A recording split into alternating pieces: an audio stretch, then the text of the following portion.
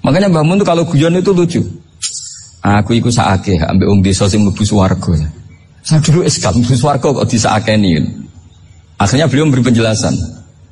Wong desa iku roe pakanan enak, iku mau kopi mbek uduk. Lah swarga iku mau nuruti sing dikarepno. Akhirnya semua mangan, ngopi, nguduk, ngopi, ora roh pakanan liyane ku ora roh. Nasi mandi yo ora roh, pizza yo ora roh apa-apa. Terus saya bilang, wah lah niku nak nganti selera tentang wanita cantik. Iku juga sederhana. Rondo pesek ya wis cantik, rondo ireng ya wis. Apa bidadarinya seperti itu karena saking enggak pengalamannya. Jadi surga itu kan nuruti apa yang diinginkan. Kira-kira keinginan orang kampung kalau di surga itu apa coba? Makanan apa coba? Ya, makanya senengnya ketemel gemblong itu. Nah, artinya malaikat lebih suka nangani surganya orang-orang kampung timbang Pak Rektor. Ini sudah ribet ini. Makanan apa saja sudah harus dicoba. Terus kalau di mall tahu orang macam-macam, seleranya macam-macam pasti. Enak mana kalau sampai jadi malaikat pelayan surga? Suka melayani orang kampung apa yang orang kota? Orang kampung kan? Jadi banyak orang yang poligami. Kalau ditanya alasannya gitu, istri satu ya cerewet, dua ya cerewet, mendingan 4 gitu. Ya banyak ya gitu. Tapi ada yang kebalikan, istri satu cerewet saja hampir jantungan, apalagi 4, tinggal matinya kan gitu. Itu semua yang menggerakkan itu kalimat. Kalimat itu satu pegangan. Banyak orang loh yang nggak ingin jadi rektor tuh banyak loh Pak Bejo. Jangan kira semua dosen ingin jadi rektor. Melihat rektor sibuk rapat mempertahankan reputasi Unisula terus sering pegang kepala. Ngapain repot-repot? Jadi tukang sapu aja dapat gaji, ngopi, rokokan selesai. Bodoh amat jadi rektor, mikir orang banyak. Banyak loh orang yang gak ingin jadi presiden tuh banyak. Karena ngopi nyaman, gak ada yang ganggu. Mau tidur sampai jam 9 siang juga gak ada yang ganggu. Sehingga mereka melihat pegawai negeri itu gak keren, orang kok diatur jam, disiplin. Itu memang cara Allah membagi rahmat. Mau kamu apakan coba? Cara syukurnya dia seperti itu. Bapak saya dulu tuh sering ngajarin saya, diajak jalan-jalan pagi-pagi. Melihat orang ngopi, makan uduk itu bapak seneng. Kok enak jadi wong awam. Ngene esuk-esuk nyemak bocah kesel kabeh kono enak ngopi rokokan. Bapak kadang iri sama orang awam itu iri. Sudah gitu berharap masuk surga kan enak sudah gitu. Tahu-tahu mati, tidak tahu ke surga apa ke neraka ya tidak tahu. Jadi nah, orang dulu itu orang yang bisa mensederhanakan dunia. Sehingga ya sudah cara bahagia. Makanya saya alhamdulillah saya ini kerjasama sama UII sama beberapa kampus. Memang amdan itu sengaja. Kampus itu ya punya sistem yang nggak bisa mewakili sistem kiai. Kiai juga punya sistem yang nggak terwakili oleh kampus juga sebaliknya saling melengkapi. Saya sering ketemu rektor UII, rektor kampus-kampus Islam. Mereka cerita, Gus pendidikan pondok harusnya dimodernkan gini-gini. Saya bilang, kalau pondok modern kayak kampus itu nanti saya ketemu Allah tidak bisa jawab. Kenapa Gus? Saya beri contoh gini. Kalau misalnya perempuan perawan lah atau apa saja, namanya perempuan, mau tanya tentang menstruasi atau haid. Kalau semuanya sistem kampus, dia harus kuliah dulu. Registrasi dulu, kuliah dulu, bayar dulu. Dan dapat jawabannya nunggu mata kuliah pas itu. Bandingkan kalau sistem pondok, saya tuh sering ke pasar sama anak saya dicegat sama ibu-ibu.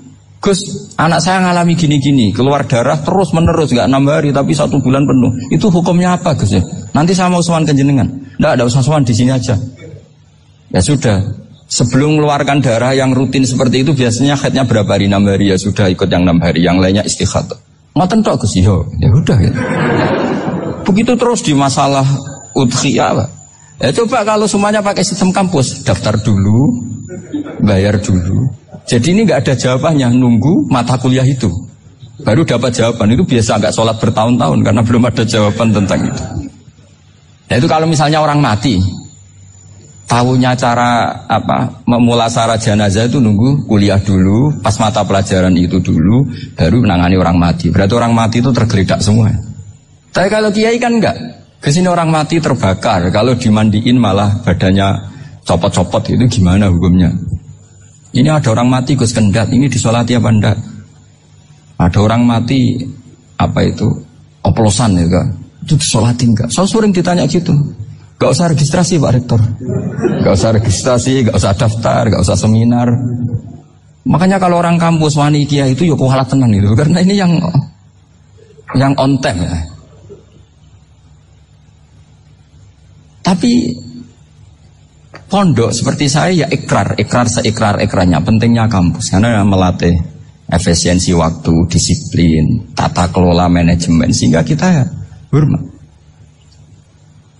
Tapi tadi kita harus saling melengkapi sehingga saya tunjukkan ke publik bahwa saya hormat sekali sama polisi, sama tentara. Coba kita bisa apa ngadepi bandar narkoba kalau tidak polisi? Bisa apa coba menjaga NKRI kalau nggak tentara? Begitu juga ya sudahlah kita memang fa inna yadallahi ma'al jamaah, kita berkah itu kalau bersama-sama. Tidak bisa kita sendiri. Nah lalu orang kayak saya itu ya beberapa kali sebetulnya saya itu ditawanin jadi dokter honoris causa apa. Kekhawatiran saya satu Pak Bejo, takut pas gak punya uang. Itu dokter gak ada duit kan gak pantas gitu. Jadi repot gitu, daripada beban lah sudahlah gak usah dokter. Jadi kalau gak punya uang ya pantas, terus kalau ngebis ya pantas. Suatu saat kalau mati gak ada yang hadir ya pantas, gak dokter gitu. Kalau sudah dokter kok masuk neraka, dokter kok masuk neraka kayaknya apalagi rektor kampus Islam kok masuk neraka itu kan kok kayak agak pas itu. Misalnya rektor Unisiola ditanya mungkar nakir nggak bisa kan kayak gimana gitu. Makanya harus sering ngaji saya supaya agak malu di depan mungkar nakir. Masa rektor ditanya mungkar nakir nggak bisa. Harus berani bentak ini saya rektor loh Pak mungkar nakir masa kalau wali-wali dulu berani. Masyhur di cerita wali-wali ditanya marabbuka manabuka, saya ini guru tauhid.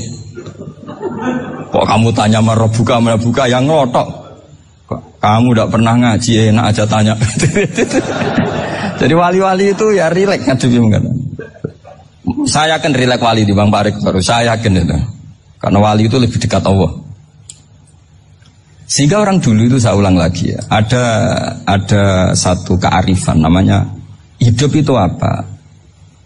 Hidup itu adalah cari sebanyak mungkin supaya hidup itu tidak tergantung pada banyak hal. Sehingga misalnya cara berpikir orang-orang modern itu sebenarnya banyak orang-orang ilmuwannya nggak ngagumi Amerika. Bukan karena angkuh ndak. Untuk mempertahankan kebesaran negara sebesar itu, kebutuhan listriknya besar, kebutuhan tentaranya besar, kebutuhan apa? Sementara negara kayak Venezuela atau Swiss kebutuhannya ada banyak. Pertanyaannya, yang tergantung dengan banyak hal sama yang tidak tergantung banyak hal itu pinter mana? Kalau dibalik pertanyaannya gitu, negara-negara maju itu tidak keren kalau dibalik pertanyaannya. Orang yang untuk mempertahankan eksistensinya banyak, butuh banyak hal dengan yang tidak butuh banyak hal itu pinter mana? Orang yang bahagianya nunggu jadi dokter, nunggu jadi kiai besar, kiai viral, dengan orang yang bahagia cukup dengan ngopi itu pinter mana? Tapi kalau dibalik pertanyaannya, orang yang tahunya nikmat hanya kopi dengan nikmat yang banyak, pinter mana? Makanya Mbah Mun itu kalau guyon itu lucu. Aku ikut saake, ambil wong desa sing mlebu swarga. Saya dulu eskal mlebu swarga kok disakeni. Akhirnya beliau memberi penjelasan. Wong desa iku roe pakanan enak, iku mau kopi mbek uduk. Lah swarga iku mau nuruti sing dikarepno.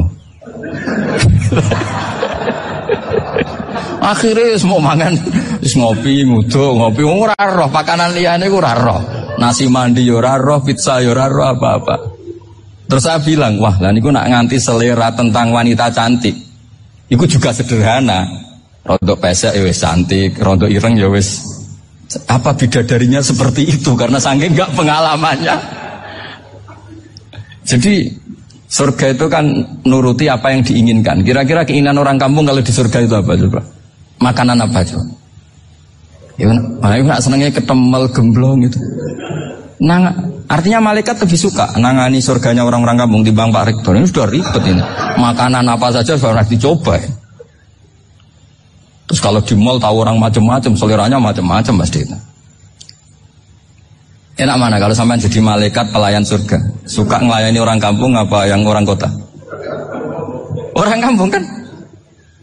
Jadi ya itu guyon tapi itu menjadi pikiran kita bahwa orang yang banyak kebutuhan itu sebetulnya banyak kebodohannya karena menggantungkan kebahagiaannya dengan banyak hal. Makanya Imam Syafi'i ngendikan istighna itu apa? Al istighna anis sya'labi. Yang dikatakan kecukupan adalah berusaha sebanyak mungkin banyak hal tidak kamu butuhkan. Bukan memenuhi semua kebutuhan kamu, karena nafsu kamu ini tidak ada batasnya gitu. Kalau kamu penuhin nggak akan selesai. Itu ada perempuan yang kurang cantik itu minta doa saya, Gus doain suami saya kaya, terus tak guyonin, terus nggak minta. Kalau suami kamu kaya, yang pertama dirubah itu apa? Rumah, supaya rumah saya bagus. Kedua apa? Mobil, supaya mobil saya bagus. Nanti yang dievaluasi itu kamu. Mobil bagus, Alphard, rumah mewah, istrinya kamu, pasti itu dievaluasi. Langsung, enggak usah, sudah gini aja. Jadi pertama yang dievaluasi itu kaya itu, coba kalau suami kaya itu yang dievaluasi pertama, rumah ya? Rumah ganti, setelah itu apa? Mobil. Kira-kira berikutnya. Akhirnya sudah bagus, enggak jadi.